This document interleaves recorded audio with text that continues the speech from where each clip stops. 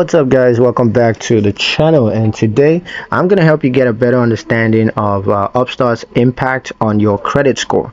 So taking an Upstart loan can impact your credit score positively or negatively depending on how you manage it, and I'm going to show you how that happens.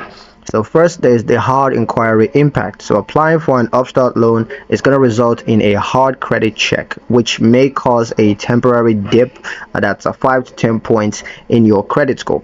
Now, this impact typically fades after a few months if no additional credit is sought.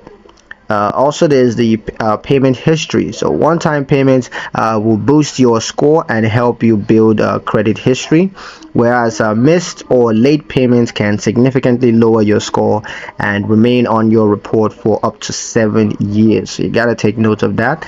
Also, credit utilization and debt levels. So a new loan is going to increase your total debt, which may affect your debt to income ratio. That's your DTI. And if using Upstart to consolidate credit card debt, your credit score may improve if old credit lines remain open. So take note of that as well. And also there is the length of credit history. Now, a new loan is going to lower the average age of your accounts, which could significantly reduce your score in the short term.